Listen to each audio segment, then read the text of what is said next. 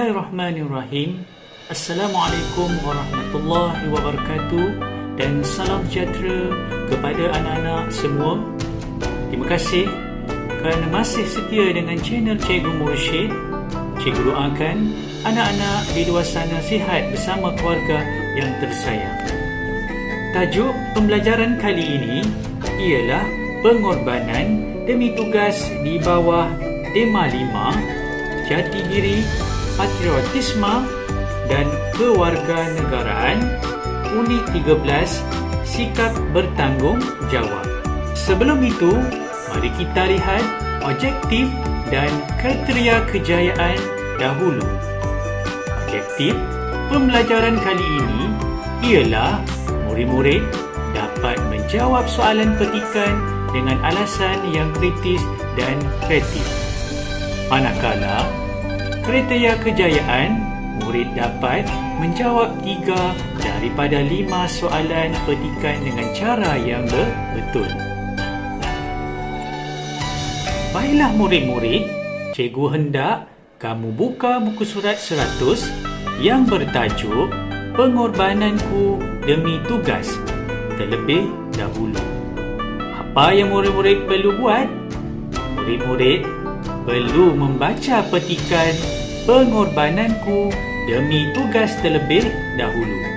Selepas itu, kita akan cuba menjawab soalan petikan pemahaman berpandukan petikan yang baru kamu baca tadi. Sudah sedia murid-murid? Cuba murid-murid lihat soalan yang pertama. Mari kita baca bersama-sama murid-murid. Baiklah murid-murid, cuba murid-murid lihat soalan yang pertama. Soalan yang pertama ini berbentuk pertanyaan ataupun kata tanya. Jadi, mari kita baca bersama-sama murid-murid. Malim Gunung Muhammad Rizwan tidak mahu dianggap sebagai wira. Mengapa? Ya, bagus murid-murid. Jawapannya di perenggan yang kedua, baris yang kedua. Bagaimana hendak menulisnya murid-murid? Ya, dalam penulisan jangan ditulis kata tanya. Mana kata tanya ni murid-murid? Mengapa? Jadi dalam jawapan kamu, jangan kamu tulis kata tanya mengapa. Dan wajib kamu ulang balik kehendak soalan yang diberikan, iaitu di soalan yang pertama. Jadi, bagaimana hendak menjawab soalan yang pertama murid-murid? Ya, Malim Gunung Muhammad Rizwan tidak mahu dianggap sebagai wira kerana menganggap jasanya itu sebahagian daripada tugas biasanya sebagai malim gunung. Dan ingin cikgu ingatkan kepada murid-murid, jangan jawab seperti di bawah kerana jawapan yang murid itu buat tidak mengulang kembali soalan yang ditanya. Jika murid-murid menulis seperti itu, berkemungkinan akan ditolak 1 markah. Cuba murid-murid lihat soalan yang kedua. Soalan yang kedua berbentuk pertanyaan dan kata tanya juga. Jadi, bagaimana hendak menjawab soalan yang kedua ini? Ya, seperti soalan yang pertama. Jadi, murid-murid perlu ulang balik kehendak soalan. Maksud cikgu, murid-murid tidak boleh menggunakan kata tanya bagaimana untuk dijadikan jawapan. Jadi, selepas perkataan kata tanya, wajib murid ulang balik soalan yang ditanya. Bagaimana hendak menulis jawapan soalan yang kedua murid-murid? Ya, bagus murid-murid.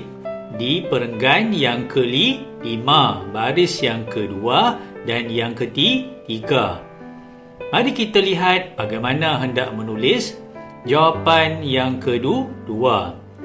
Negara mengiktiraf jasa dan bakti beliau dengan menobatkan beliau sebagai ikon kebangsaan negara ketika sambutan Hari Kebangsaan dan menganugerahkan anugerah darjah kebesaran Bintang Setia Kinabalu. Itu jawapan yang kedua. Kemudian, soalan yang ketiga, mari kita baca bersama-sama murid-murid. Pada pendapat kamu, apakah kesan kepada imej Malaysia di mata dunia dengan sikap sanggup berkorban beliau itu? Soalan nombor 3 ialah soalan berbentuk pendapat. Jadi, murid-murid perlu menyatakan pendapat masing-masing. Tidak dibenarkan murid-murid menggunakan jawapan ataupun isi di dalam petikan yang murid-murid baca. Jadi, apa jawapannya murid-murid? Jadi, jawapannya perlu mulakan dengan pada pendapat saya. Kesan kepada imej Malaysia di mata dunia dengan sikap sanggup berkorban demi negara ialah Malaysia memiliki warga negara yang setia berkhidmat untuk negara dan Malaysia akan dikenali di persada dunia. Jadi cikgu ingin ingatkan kepada murid-murid, jangan jawab seperti di bawah itu kerana jawapan dia salah. Mengapa salah murid-murid? Kerana tidak dimulakan dengan ayat pada pendapat saya. Jadi murid-murid berkemungkinan akan ditolak 1 markah. Seterusnya, soalan yang keempat murid-murid. Mari baca bersama-sama dengan cikgu. Apa soalan nombor 4 itu murid-murid? Apakah sumbangan Malim Gunung terhadap pembangunan negara? Apa sumbangan Malim Gunung terhadap pembangunan negara murid-murid? Ya, jawapannya ada di perenggan yang keempat, baris yang ketiga dan yang keempat. Jadi, soalan yang keempat ini berbentuk pertanyaan ataupun kata tanya. Sebab apa soalan ini berbentuk pertanyaan? Kerana dalam soalan itu ada kata tanya apakah. Jadi kalau soalan berbentuk macam ini, murid-murid perlu menjawab dengan lengkap. Apa jawapannya murid-murid?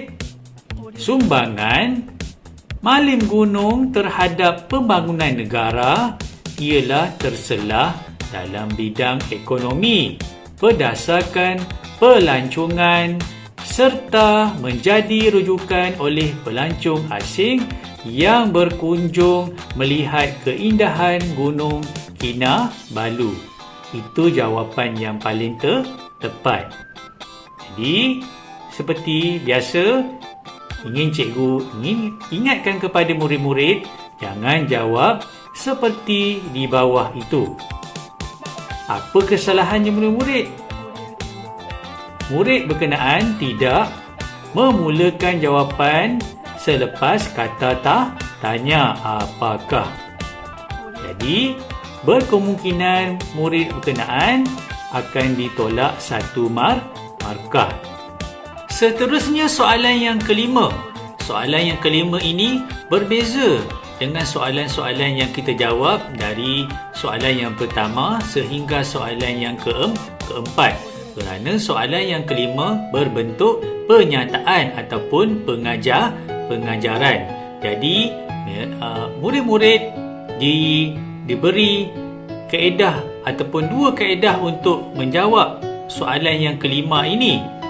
Kaedah yang pertama, murid boleh ulang balik kehendak soalan.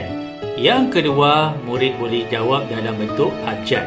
Jadi, cikgu akan tunjukkan bagaimana murid hendak menjawab soalan yang kelima, maksudnya mengulang balik kehendak soalan yang diberikan. Cuba murid-murid lihat jawapan yang cikgu berikan ini. Pengajaran yang boleh diambil daripada kisah di atas ialah mengajar kita erti pengorbanan dalam pekerjaan. Walau apa-apa pun pekerjaan kita, kita tetap boleh berbakti kepada negara. Itu satu contoh ulang balik kehendak soalan yang diberi dan kamu sambungkan dengan jawapan kamu sendiri ataupun kamu boleh ambil di dalam petikan yang kamu baca. Kaedah yang kedua, kamu boleh tulis dalam bentuk abjad. Cuba lihat jawapan yang di bawah itu. Contohnya, kita mulakan dengan kata bantu. Kita hendaklah berkorban demi negara walaupun dalam bidang pekerjaan yang berbeza.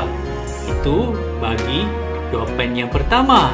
Yang kedua, kita juga harus mempunyai semangat untuk membantu orang-orang yang memerlukan kerana dituntut dalam setiap kepercayaan agama masing-masing. Perkongsian ilmu cikgu sudah berakhir di sini. Jangan lupa murid-murid, sila buat soalan yang cikgu berikan ini di dalam buku tulis yang akan guru-guru kamu bekalkan. Sehingga berjumpa lagi murid-murid. Assalamualaikum. Bye-bye.